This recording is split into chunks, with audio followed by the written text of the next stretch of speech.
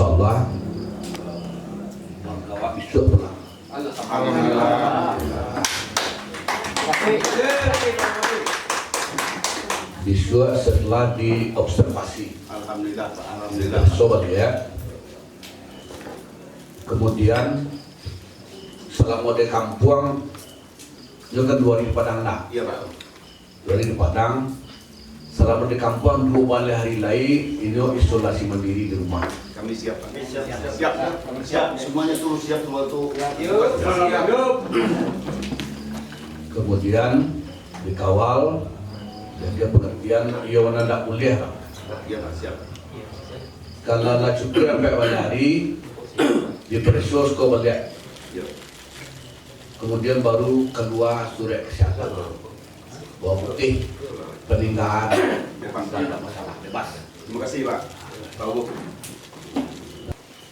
Kemudian besok mungkin sore sampai di sini itu kita semuanya Pak Camat beserta Pak Pincang, Pak Ramil, Pak Kapolsek membantu nanti menkontributikan di Tuan Negari Awakkom di mana saja diturunkan.